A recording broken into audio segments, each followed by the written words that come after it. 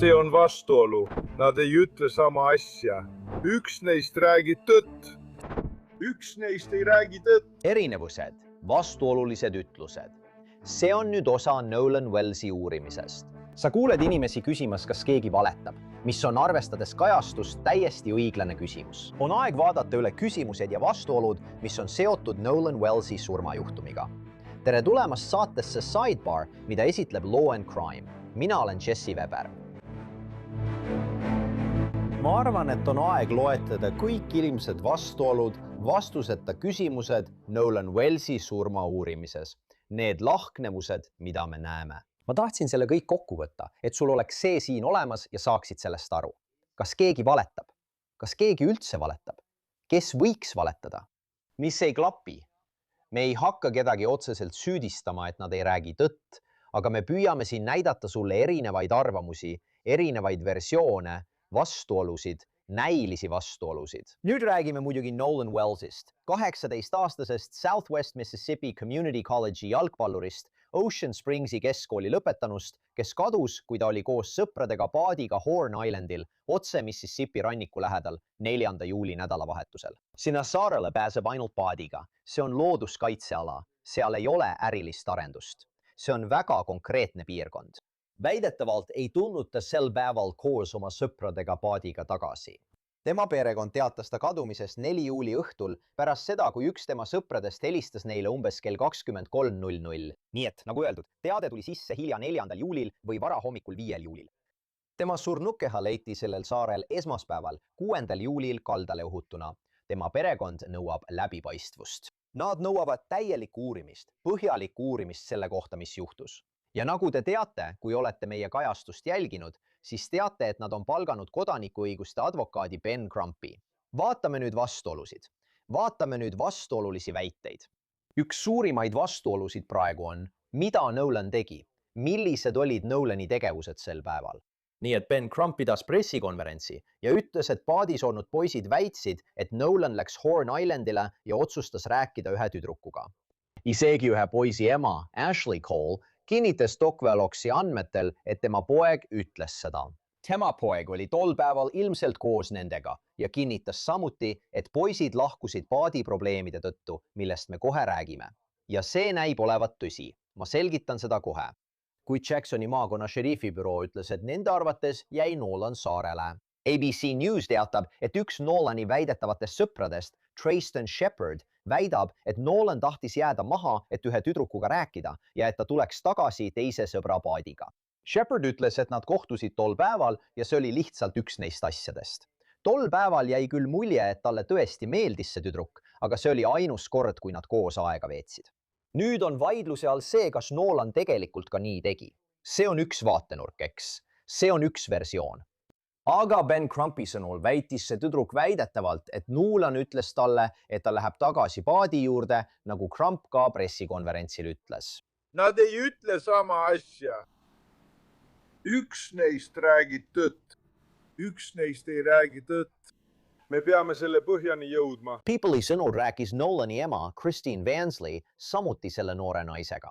Christine ütles intervjuus Griotile, et ta võttis minuga alguses ühendust. Põhimõtteliselt oli see lihtsalt põgus tervitus ja kõik. Muide, see intervjuu avaldati 14. juulil. ABC News väidab, et nad üritasid selle noore naisega ühendust võtta ning võimud on teatanud, et nad on üle kuulanud kõik, kellega Wells tol päeval kokku puutus. Seega eeldatavasti räägiti ka temaga, eks. Vaata, me ei tea tema isikut. Me pole temalt avalikult midagi kuulnud, aga sa näed seda ilmset vastuolu selles, mida Nolan võib-olla tegi.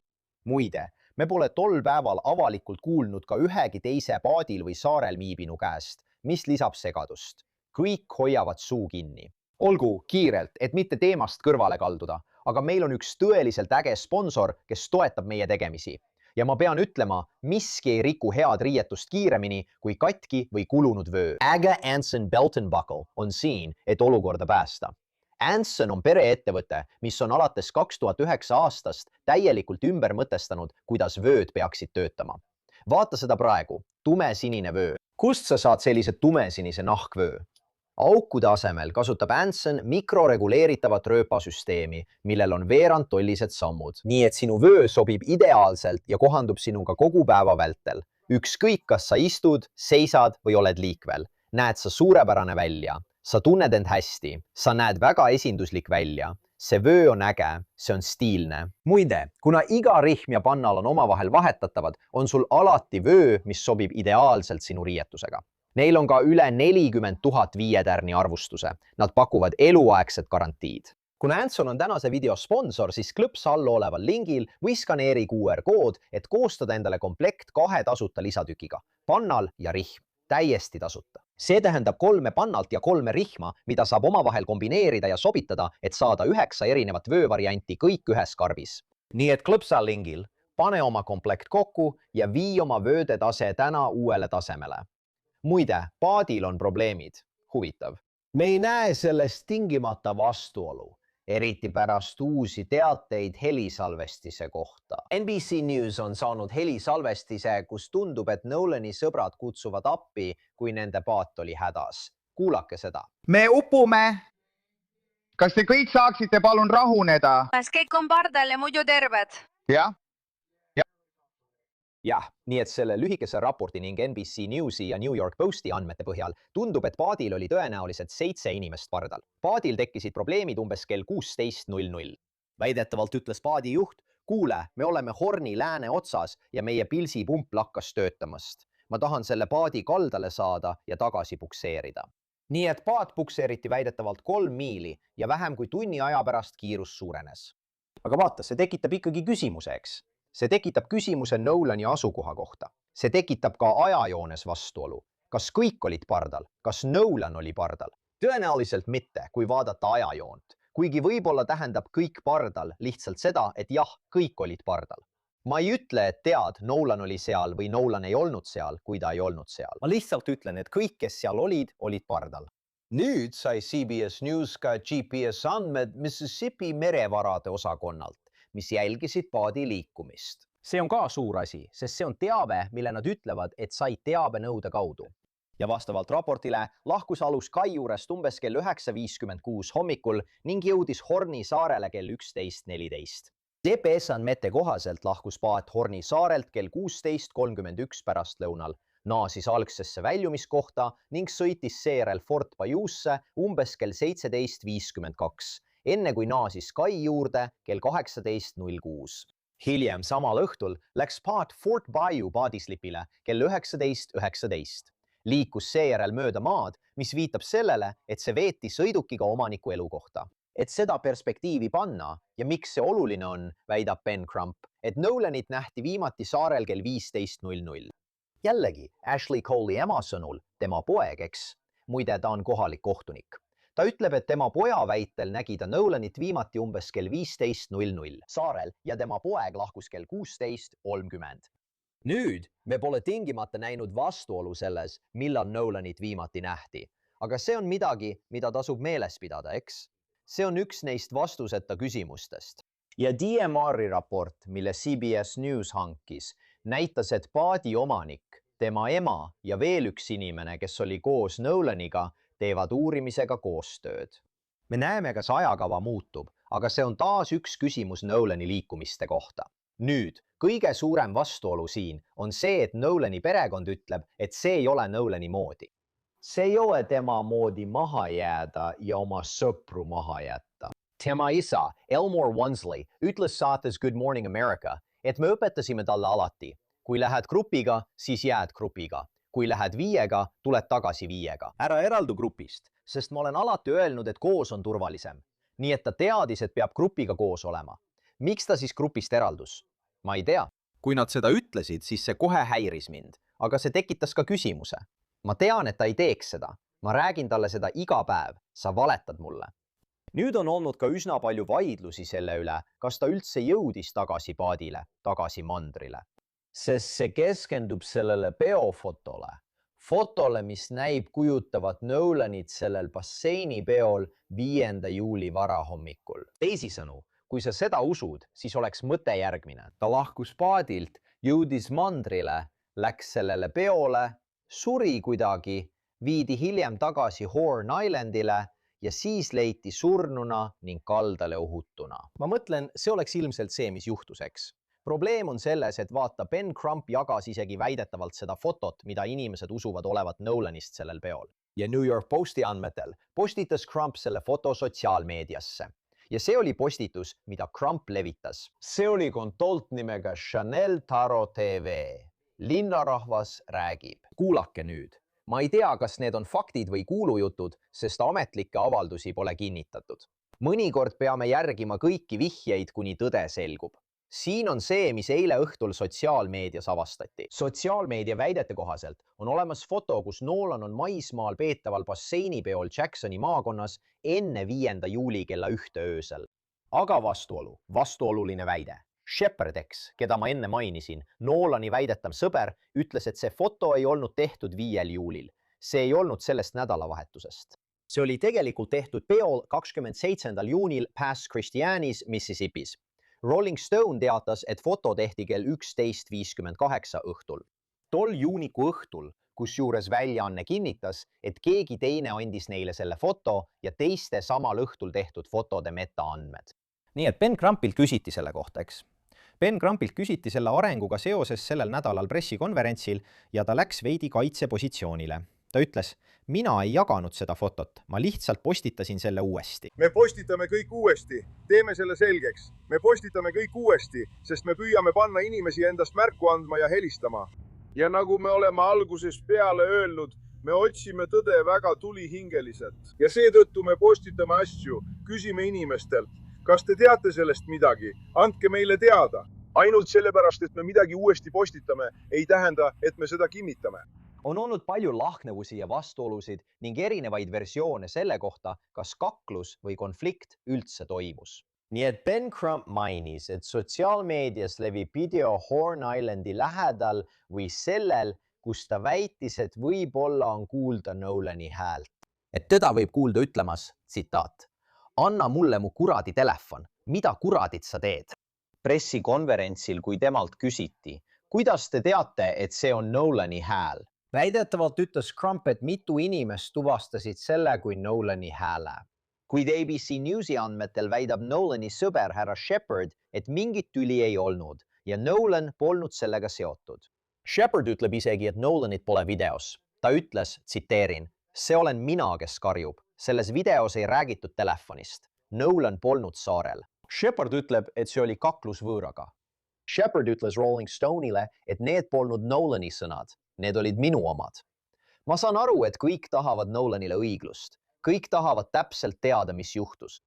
Nüüd küsiti Crumpi selle kohta sel nädalal teisel pressikonverentsil ja ta ütles, et nii rääkis meile üks tunnistaja ja selle me ka avaldasime. Ja siis on välja astunud veel üks tunnistaja, kes ütles, et ei, see oli tema hääl. Meil on teisi tunnistajaid, kes ütlesid, et oli veel tülisid. Me püüame kõike seda läbi töötada. Meil on helispetsialistid, kes sellega tegelevad, aga me teame, et mõned inimesed ütlesid, et see oli tema. Ja on ka inimesi, kes ütlevad, et see ei olnud tema. Muide, ka Nolani telefoni osas ei ole selget üksmeelt. Ben Crump ütles eelmisel nädalal pressikonverentsil, tsiteerin, milline teismeline jätaks oma telefoni maha, kui ta kavatseb sellele saarele jääda? Milline teismeline ei võtaks oma telefoni kaasa? See ei lähe üldse kokku. Ja väidetavalt tõi ta ka esile, et pere usub, et andmesõnumid Nolani telefonis võidi kustutada. Ja me usume, et pere sai tema telefoni tegelikult kätte Nolani sõprade käest, kasutades Life 360 rakendust. Aga Nolani sõber härra Shepard ütles taas ABC-le, et pole ebatavaline, kui inimesed jätavad oma telefonid paatidesse. Shepardi onu, kes väidetavalt juhtis sel päeval üht paati, kinnitas seda. Shepard ütles, tsiteerin, kõik meie sõbrad on seal väljas, kellega me suhtleme ja me oleme soolases vees, me ei ole magevees. Kui Nolan vette läks, pani ta oma telefoni paadi armatuurlauale koos ilmselt veel 15 telefoniga. Ja see on muide veel üks uuendus, kui me püüame telefoni kohta tõde teada saada. Oleme saanud Ben Crumpilt teada, et Nolani telefoni kontrollivad ühiselt nii osariigi uurijad kui ka perekonna enda eksperdid. See võib olukorda täielikult muuta. See võib olla väga huvitav, on haruldane seda näha, eks? Ühine kontroll. Rääkisin sellel teemal advokaat Tyler Baileyga. Vaadake. On väga ebatavaline, et ohvri perekonnal koos oma advokaadiga lubatakse osaleda koos õiguskaitseorganitega mobiiltelefoni ülevaatusel. Andmed. See ongi tegelikult selle juhtumi tuum, üks olulisemaid tõendeid. Ma ei usu, et see oleks juhtunud ilma kogu selle jututa, mis üle riigi käib selle kohta, kuidas see uurimine on kuldenud. Ja see näitab, et perekonna ja õiguskaitseorganite vahel on siin teatav usaldamatus.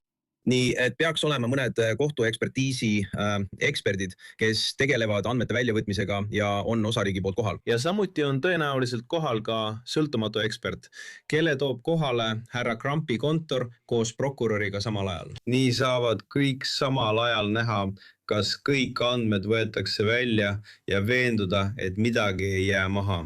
Sest suur probleem siin on see, et varakult teatati, et kuritegu pole toimunud ning tõendiks on mobiiltelefon, mille perekond sai minu teada paar päeva pärast Nolani kadumist või samal ööl, ma ei mäleta täpselt aega.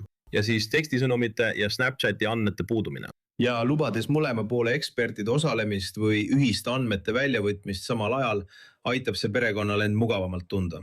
Teades, et kõiki andmeid vaadatakse läbi, mitte ei käsitleta neid osade kaupa, sest tihti olen näinud juhtumeid, kus on olnud mobiiltelefon. Andmed, mis on välja võetud ja osariik ütleb, et see on muu teave. Teave on kustutatud, me ei saa seda kätte. Aga see ei ole normaalne, kui sul on võimalus, kohtuekspert saab näha, mis on kustutatud, mis on andmetes muudetud. Nüüd ma ütleksin, et ilmselgelt on suurim lahknevus, suurim küsimus, mis meil praegu on, suurim mõistatus, kuidas Nolan suri? Mis oli surma põhjus? Vaata, praegu ei ole osariigi ametliku lahkamise tulemusi. See tähendab Mississippi osariigi meditsiinieksperdi labori tulemusi avalikustatud. Tundub, et on ootel toksikoloogilised tulemused, mida nad peavad veel kätte saama. Meil ei ole ka sõltumatu lahkamise tulemusi, mille Nolani perekond tellis Ben Crumpi kaudu, kus Nolani keha viidi ilmselt Washingtoni DC-sse. Ben Crump ütles, et viivitus oli tingitud tühistatud lendudest. Nüüd episoodis, kus me räägime vastuoludest, kui need kaks lahkamist ei ühti, kui tulemused on vastuolulised, siis on see probleem. Ben Crump ütles Don Lemonile, et sõltumatu lahkamine selgitab välja, tsitaat, kas tal oli mingeid füüsilisi vigastusi peale uppumise. Siin on, kuidas erru läinud detektiiv Matt Irvine sellele mõtleb. Pole ebatavaline, et ühes juhtumis tehakse rohkem kui üks lahkamine. Ja pole ka ebatavaline, et meditsiinitöötajad omavahel ei nõustu. Ja veelgi enam, oleks ka ebatavaline, kui teadlased või teised tunnustatud spetsialistid ei oleks ühel meelel selles, kuidas juhtumi fakte tõlgendada. Lahkamine ise, vähemalt esialgne lahkamine, nii ametlik kui ka perekonna tellitud eraviisiline lahkamine peaks nüüdseks olema lõpetatud või kohe-kohe lõppemas. Aga on veel täiendavaid samme, näiteks toksikoloogilised uuringud, mis võivad võtta veel mitu nädalat. Nii et see võtab veel aega. Ma arvan, et lisaks sõprade grupile, kes läksid koos härra Wellsiga saarele, võidakse tuvastada veel täiendavaid võimalikke tunnistajaid. Nende küsitlused võivad võtta veel lisapäevi ja nädalaid. Tõenäoliselt toimuvad ka kordusküsitlused, sest kui nad saavad ühelt inimeselt uut infot, peavad nad minema tagasi ja täpsustama või kinnitama seda kellegi teisega, kellega nad on juba rääkinud. Nii et ma arvan, et me räägime tõenäoliselt nädalatest nii Jacksoni maakonna šerifi uurimise puhul kui ka loodetavasti selle sõltumatu uurimise puhul, mida taotlevad perekond ja härra Crump. Nii et ma loodan, et see ei võta palju kauem aega. Sellise juhtumi puhul on raske see, et mõnikord ei ole isegi pärast kogu info kogumist selget vastust. Ma mõtlen näiteks, kui leitakse, et ta uppus, siis see on surma põhjus. See ei ole surma viis, eks. Sa võid uppuda kogemata, sa võid uppuda enesetapu tõttu, sa võid uppuda tapmise tagajärjel. Nii et võib juhtuda, et lõpuks on meil kõik faktid olemas, aga ikkagi pole vastust, mis rahuldaks leinevat perekonda või teisi, keda juhtunu puudutab.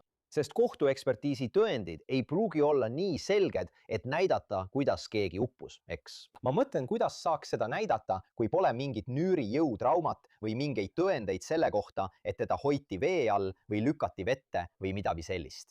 Oleks väga raske teada. Täpselt. Ja isegi kui tema kehal on vigastusi, siis sõltuvalt vigastustest võivad need olla põhjustatud kas teise inimese poolt või sellest, et keha oli tugevates vooludes. Tead. Pole isegi ametliku järeldust ega üksmeelt selle kohta, millal või kus Nolan suri. Kas ta suri maal? Kas ta suri vees? Kas ta suri paadis? tema keha leiti 6. juulil veest saare juurest ja endiselt on küsimusi, miks teda varem ei leitud. Ben Crump ütles varasemas pressikonverentsil, tsiteerin, ta kadus 4. juulil ja nad ütlevad, et tema keha oleks pidanud seal olema 5. juulil. Miks see ilmus alles 6. juulil?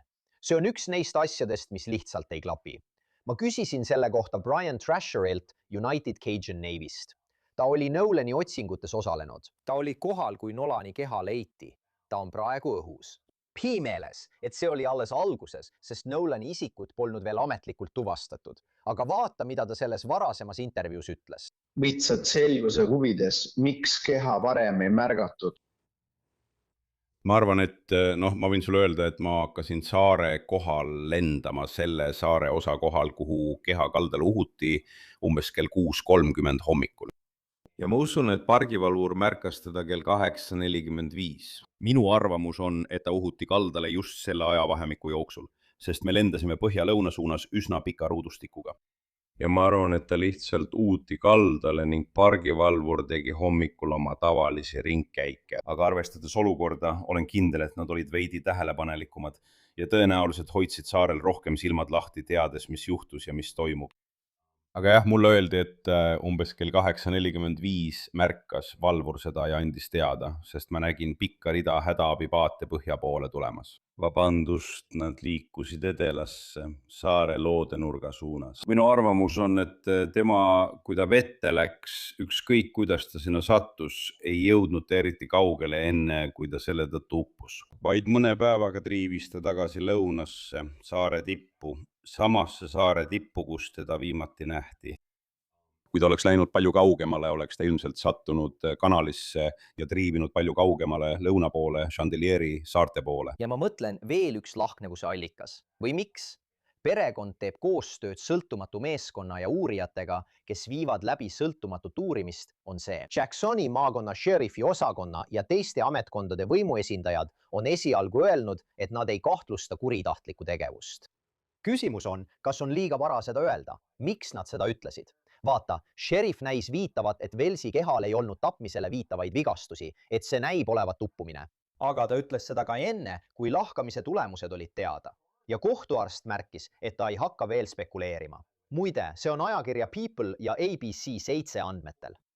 Huvitaval kombel teatas WLBT3, et Mississippi kuberner Tate Reeves on samuti vestlusega liitunud, kommenteerides seda juhtumit esimest korda ja öeldes, ma lihtsalt ütlen, et ma ei tea kõiki üksikasju. Ma ei tea kõiki selle juhtumiga seotud fakte. Ma ei ole veel näinud ühtegi fakti ega tõendit, mis viitaks kuritahtlikule tegevusele.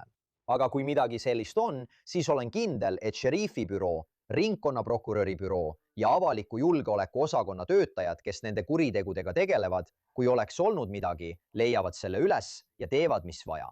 Aga vaata, räägime vastuoludest. Perekonnal on mure, et siin võib toimuda midagi muud, tekivad küsimused selle kohta, millal ta leiti, miks ta üksi ära läks, ilma telefonita, aga samuti, kuidas on võimalik, et keegi teda ei näinud. Kui see on rahvarohke saar, kui ta oleks uppunud, siis keegi ei näinud teda, keegi ei tulnud appi. Ja nad rõhutavad ka, et ta oli sportlik. Ta oli, nagu öeldakse, väga heas vormis, ta oskas ujuda. Ja siin toimub ka mitu asja korraga. Nii et mitte ainult perekond ei otsi vastuseid ja uurimine liigub edasi, vaid see on ka muret tekitav. TMZ teatas, et FBI Jacksoni kontor andis teada, et nad vaatavad üle Nolan Wellsi uurimisega seotud ähvardusi. Nad ei täpsusta, mis tüüpi ähvardused need olid, kes neid sai või kellele need olid suunatud, kuid FBI märkis, tsiteerin, need jõupingutused toimuvad paralleelselt Jacksoni maakonna iseseisva uurimisega. WLOXi andmetel märkis šerif Ledbetter, Jacksoni maakonna šerif John Ledbetter, et FBI aitab samuti selle juhtumi digitaalset tõendusmaterjali uurida. Ja lihtsalt selle võimaliku vastuolu lisamiseks, kas kuritegu on asjasse segatud või mitte ning kes väidetavalt võiks olla seotud või mitte, ütles ABC Newsi andmetel härra Shepard, et uurijad on temaga ja tema sõpradega rääkinud ning ta rõhutas, et neil on mitmekesine sõpruskond. Ta märkis, et tema ja tema sõpruskond on saanud tapmisähvardusi alates sellest ajast, kui Nolan leiti. Et ta tahtis sõna võtta, et hajutada igasugust valeinfot, öeldes, et ei tema ega tema sõpruskond olnud Nolani surmaga kuidagi seotud. Et ta lükkab tagasi mõtte, et rassil oleks sellega mingit pistmist, arvestades, et Nolan Wells on mustanahaline ja näib, et ta oli ainult valgete inimeste seltskonnas. Ja tsiteerin, nad üritavad luua narratiivi, mida tegelikult pole olemas. Ta eksib. Ma saan aru, et Nolani vanemad leinavad ja ma arvan tõesti, et ta on seda natuke ära kasutanud. Ja mulle see ei meeldi. Mulle tõesti ei meeldi, sest nad on haavatavad. Ja Shepard palus kõigil lihtsalt rahuneda ja lasta kõigil Nolani kaotust leinata ning meenutada teda kui toredat inimest, kes ta oli. Mitte näha temas meie kogetud trauma tõttu midagi hirmutavat. Kui Ben Crump teeb oma uurimist, las ta teeb seda. Ja siis las šerifi büroo lõpetab oma uurimise ja selgitab faktid välja nende poolt. Las me kõik lihtsalt saame teada tõe selle asemel, et teha asjade kohta rutakaid järeldusi. Me ei teinud siin midagi valesti ja me ei saa aru, miks meile nii palju viha osaks saab. Me kõik hoolisime ja armastasime Nolanit ning keegi ei tahtnud näha, et Nolan sureb. Keegi ei tahtnud näha, et tema elu nii vara lõpeb. Ma tean lihtsalt, et kaotasin oma parima sõbra. Wells oli lihtsalt keegi, kellega tundsid end kohe väga mugavalt rääkides. Keegi meie sõpruskonnast ei teeks Nolanile kunagi haiget. Me oleksime tema eest valmis surema. Me teeksime selle kuti heaks kõik, mis meie võimuses. Kui tal oleks midagi vaja, me teeksime selle ära. Nolan tõi meid kõiki kokku. Ja vaata, nüüd me teame üht võimalikku järgmist sammu, et see juhtum võidakse esitada suurele vandekohtule. Ben Crump teatas sellest pressikonverentsil, et perekond oli kohtunud Jacksoni maakonna ringkonnaprokuröri Angel Myers McGrathiga. Ja selle kohtumise peamine järeldus oli, et prokurör ütles tema sõnul, et nad annavad juhtumi üle suurele vandekohtule võimalike süüdistuste esitamiseks või süüdistusakti vormistamiseks, kui šerifi büroo on oma uurimise lõpetanud. Olgu siiski selge, et see ei ole garantii. See ei ole garantii, et asi esitatakse suurele vandekohtule. See ei ole garantii, et suur vandekohus esitab süüdistusakti. Muide, me ei ütle isegi, et tegemist oleks tapmissüüdistusega. Keegi võiks potentsiaalselt saada süüdistuse kuriteos, mis ei ole otseselt seotud Nolani surmaga. Näiteks tõenditega manipuleerimises või politseile valetamise eest. Ma ei ütle, et see juhtus, aga ma lihtsalt toon selle välja, et teil oleks midagi kaaluda, kui räägime suure vandekohtu võimalusest. Tulles tagasi šerif John Ledbetteri juurde, ütles ta ABC-le. Ma arvan, et on oluline, et me ei seaks endale ajakava ega kiirustaks, kuid ma arvan, et on tähtis olla hoolikas kõigi faktide kogumisel. Seda perekond väärib. Tal on õigus. Just seda perekond vääribki. Aga vaadake, me ei tea, mis Nolaniga juhtus. Me ei tea, mida ta pärast kella 3 pärastlõunal tegi. Me ei tea, kas ta suri vees, maal või paadil. Me ei tea, kas keegi oli seotud või kas siin on kriminaalõiguslikku vastutust. Me ei tea, kas tema telefoniga manipuleeriti. Me ei tea, kes räägib tõtt ja kes mitte, aga mida ma tean, on see, et me hoiame sellel silma peal ja vaatame, kuidas asi areneb. See on kõik, mis meil praegu siin Sidebaaris on. Suur tänu kõigile, et meiega liitusite. Ja nagu alati, palun tellige meid YouTube'is, Apple Podcastis, Spotify's või kus iganes te oma podcaste kuulate. Samuti võite meid vaadata ka NBC Peacockis. Kui soovite mind jälgida, siis X'is, Instagramis, minu News Nationi saates Jesse Weber Live esmaspäevast reedeni kell 23.00 ida aja järgi. Näeme järgmine kord. Kõigile head!